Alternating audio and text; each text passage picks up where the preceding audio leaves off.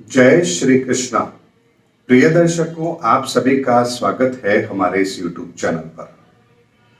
दर्शकों, मैंने पिछले कुछ समय में कुछ वीडियो दिए हैं और उनके अंदर भविष्य को लेकर के, आने वाले समय को लेकर के मैंने काफी ऐसी बातें आप लोगों के सामने रखी हैं जो कुछ लोगों को चिंतित भी अवश्य करेगी, तो कुछ लोगों को भावी योजनाएं बनाने में मदद भी अवश्य करेगी।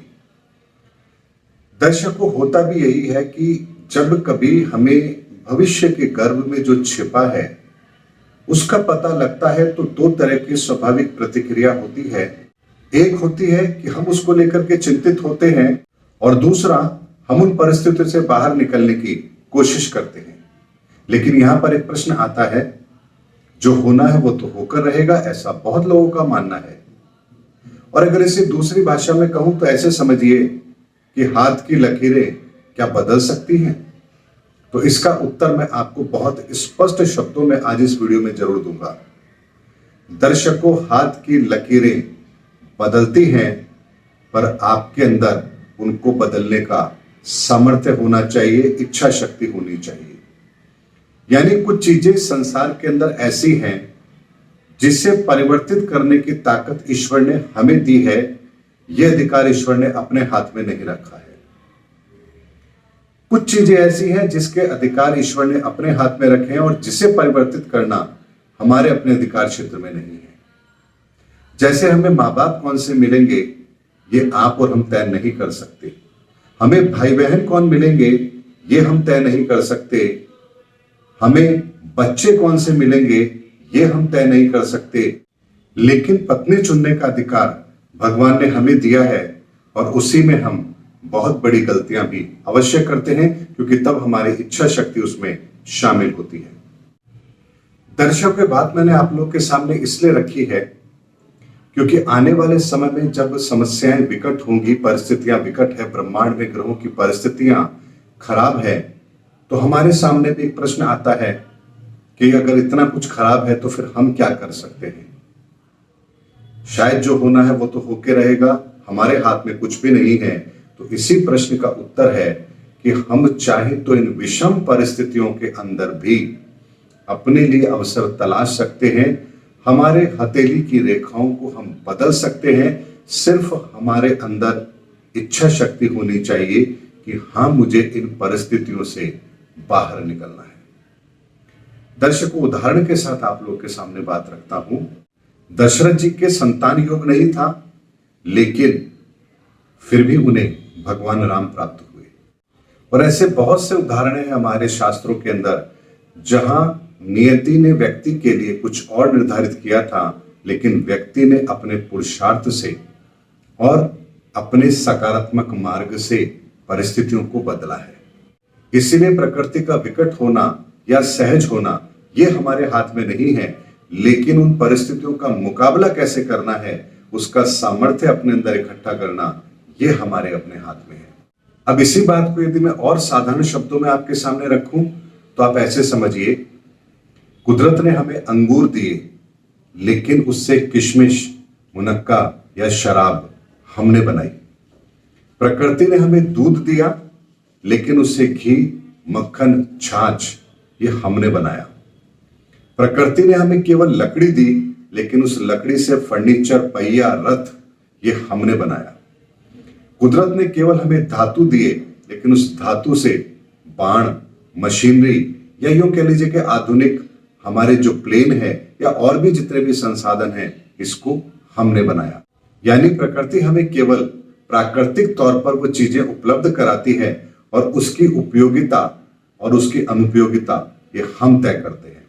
यानी कॉम्बिनेशन होता है नेचर का और हमारे पुरुषार्थ का, यही मिलकर के भविष्य के परिणाम तय करते हैं। जैसे वर्तमान के अंदर अगर मान लीजिए महाविनाश का समय चल रहा है, तो ऐसा नहीं है कि अपने आप महाविनाश हो जाएगा।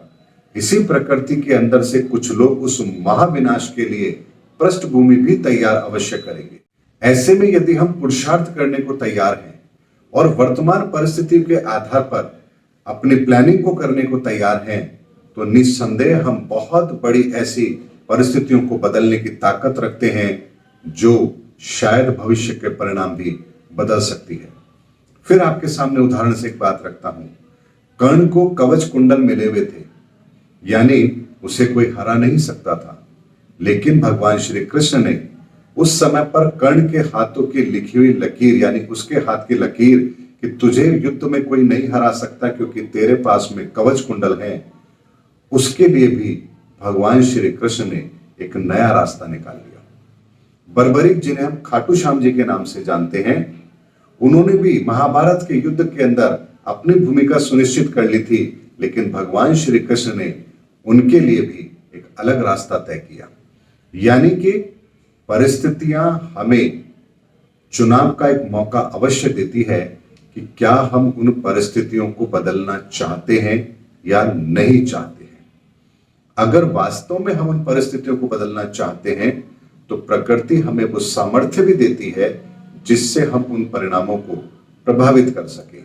और ये बात मैं और दूसरे उदाहरणों से आपके सामने रख रहा हूं। इसका मतलब ये नहीं है कि वर्तमान के अंदर मैंने ऐसा नहीं देखा है। दर्शकों, मैं आपको ऐसे अनगिनत उदाहरण दे सकता हूं जहां उनकी कुंडलियां कुछ और प्रेडिक्शंस देती हैं, यानी कि उनके जीवन में परिस्थितियां कुछ और होनी चाहिए, लेकिन वर्षों से वो अपने लग्नेश को या कुछ जो ग्रह उनके मारक हैं उनके उपाय वो करते आ रहे हैं, और आज परिणाम उनकी कुंडली के बिल्कुल विपरीत है। बहुत से लोगों के जीवन के अंदर बड़े बड़े जो संकट आने थे, उस समय पर वो संकट भी आए, लेकिन मात्र 1 से 2% ही प्रभावित कर उन्हें चले गए। मैं अगर स्वयं का उदाहरण लूं तो मुझे अच्छी तरह से याद है, शायद मेरी उम्र रही होगी बहुत छोटी, 10-12 साल या उससे भी कम, शायद 7-8 साल की रही होगी। मुझे किसी एस्ट्रोलॉजर ने भी कहा था कि आपकी आयु कम है, लेकिन मैंने स्वयं ने 13 वर्ष की आयु से ही ज्योतिष विद्या के ज्ञान को अर्जित करके स्वयं ने इस चीज का आकलन किया था कि अगर मेरी आयु कम है तो क्या मेरी कुंडली में इसका समाधान भी है। और तब मुझे बृहस्पति ग्रह से संबंधित एक समाधान नजर आया और मैंने उसको फॉलो किया। तो उस आयु के अंदर जब मेरे वो मृत्यु योग था, तब मेरे साथ दुर्घटना भी घटित हुई, लेकिन मैं कुछ घंटों की तकलीफ के बाद ही उस परिस्थिति से बाहर निकलकर आ गया और मेरा वो मृत्यु का समय भी अवश्य टला है। दर्शकों, यदि किसी को 1 मिनट तक इलेक्ट्रिक शॉक लगे तो क्या वो जीवित रह सकता है, और वो भी उस लाइन से जो हमारे घरों में बिजली सप्लाई करती है, यानी कि डायरेक्ट लाइन से। तो आप सोच सकते हैं कि परिस्थिति क्या होगी, लेकिन मैं आज आप लोगों के सामने बैठा हूं क्योंकि मुझे पता था कि ये परिस्थितियां तो बनेंगी, लेकिन इससे बचने का साधन मुझे आज ही से करना पड़ेगा।